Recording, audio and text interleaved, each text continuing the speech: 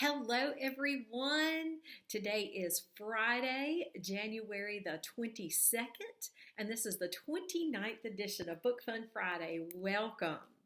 So, the young adult book I'm going to talk about today is written and illustrated. It's a graphic novel. It's written and illustrated by Hope Larson, and it's titled Mercury.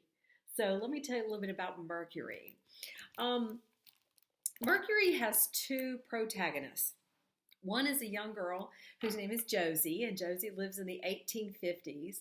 And the other protagonist is a young girl whose name is Tara, and Tara is living in 2009. 150 years apart, these two girls are.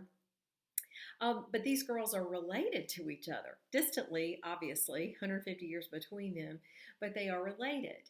And one of the things that is a common element in this story is this homestead and property that has been in the family for all of these generations, all these 150 years. So when we hear about Josie's story, and she talks about the house and the property and the land and the river, all of the things that she experiences in 1859 are the same house, the same property, the same river, the same land that Tara is experiencing all these years later in 2009. Well, when the story opens, this really sad thing has occurred. Tara and her mom, again living in this family home, have experienced the loss of that home. Their house has burned to the ground, and now they are trying to figure out what they need to do to recover from this loss. So Tara is temporarily living with an aunt and an uncle and some cousins, and her mom has to take a job far away for this oil company that's drilling for oil. Tara's father is not in the picture. And so as the story opens, we're introduced to that character of Tara and what has happened to her and this family, this historic family home. One of the things I really like about this book is that it tells stories in alternating voices. So we get Tara's story, and then it goes back in time to Josie's story, and then it comes back to Tara's story, and the sections of the book alternate that way. And I mentioned that it's a graphic novel, which I love so much. And so there's a really cool thing, there are a couple of cool conventions in this book I should point out. This book is not in color. It's in black and white, and that is specific because not everything is always black and white. So there's a nod to that. And so whenever the story changes, when it goes from Tara's story to Josie's story, the background changes. And so Josie's story is always in black, and then Tara's story is always, the page background is always in white. Again, not everything is black and white. Another thing that's really cool about the story, aside from being told in these alternating voices, is that all the commonalities that these girls have. So I mentioned that Josie's story is set in 1859 and Tara's is in 2009. But there's so much these two girls have in common. They're both teenage girls who have crushes on boys. They're maybe not the best choice for them to have a crush on. Both of their families are experiencing financial hardship. Tara's mom goes off to work for a company that's prospecting for oil. Josie's father gets sucked into a scheme that prospects for gold. And so in addition to both of their families having some financial difficulties, they take on these risky ways to mitigate those financial difficulties. They just have so much in common despite living 150 years apart. And my point in saying that is this. It just doesn't matter what time period you're living in. We all share things in common. We all have heartbreak. We all have loss.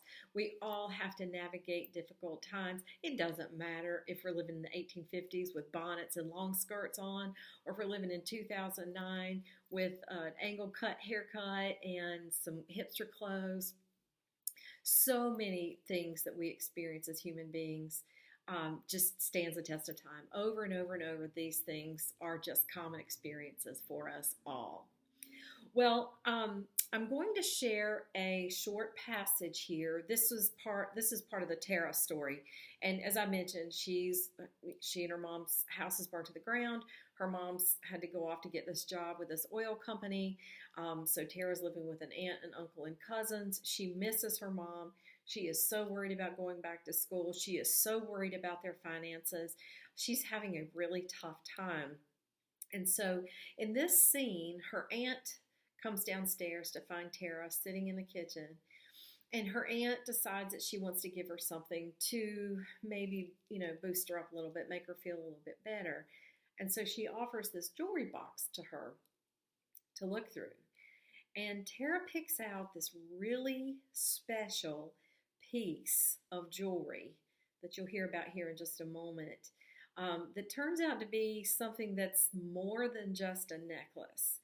This necklace actually holds a lot of family history that goes all the way back to Josie's time, and it also holds some magic that Tara discovers a little bit later on in the story. So there's some backstory there on that necklace. So again, this is Tara, and she's sitting in her aunt and uncle's kitchen, and her aunt comes in and says, "Mind if I join you? There's something I've been meaning to give you." And Tara says, "Yeah? What is it?" And her aunt says, "It's your mom's high school jewelry box. She left all this stuff in the attic when she went off to college. I thought you could take something in honor of the new school year." And so Tara opens this box, and it is just packed with all kinds of jewelry. Some of it's junky, some of it's not. And Tara says, "Whoa, I can't believe how much stuff is in here. Mom never wears jewelry. I thought she hated it." Her aunt says, "No, she doesn't hate jewelry, just wedding rings." Oh, that hits Tara really wrong. Tara says, "Hey, Dad was the one who'd leave his ring at home and go bar hopping." She's pretty defensive about that. And her aunt says, "So I've heard. Please forget I said anything." And then her aunt says, "I imagine the oil sands don't provide Kat," that's Tara's mom, "Kat with many opportunities to dress up. We should send her to the spa for Christmas. Remind her she's still female. Maybe the two of you could go together, Remind her she's still female. Well, at this point, Tara picks this necklace out of the box, and she holds it up.